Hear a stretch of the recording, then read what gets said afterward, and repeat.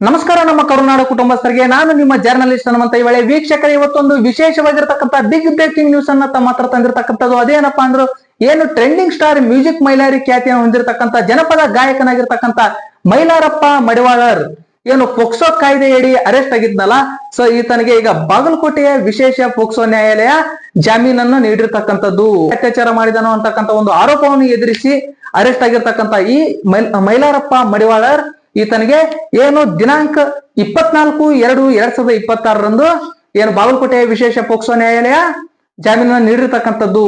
ಹಾಗಾದ್ರೆ ಯಾವೆಲ್ಲ ಕೇಸ್ಗಳು ಈತನ ಮೇಲೆ ಇದ್ದು ಅಂತಕ್ಕಂಥದ್ದನ್ನು ತಮ್ಮ ಗಮನಕ್ಕೆ ಇನ್ನೊಂದ್ಸರಿ ತರ್ಲಿಕ್ಕೆ ಇಷ್ಟಪಡ್ತಾ ಇದ್ದೀನಿ. ಮಹಾಲಿಂಗಪುರ್ ಪೊಲೀಸ್ ಸ್ಟೇಷನ್ ನ ಏನು ಕೇಸ್ ನಂಬರ್ ಬಂದ್ಬಿಟ್ಟು 85/2025.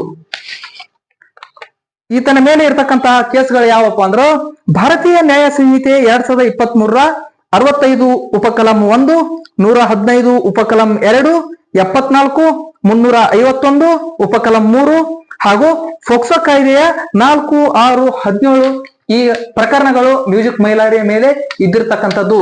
ಈಗ ಈತನಿಗೆ ಏನು ಜಾಮೀನು ಕೂಡ ಸಿಕ್ಕಿರ್ತಕ್ಕಂಥದ್ದು.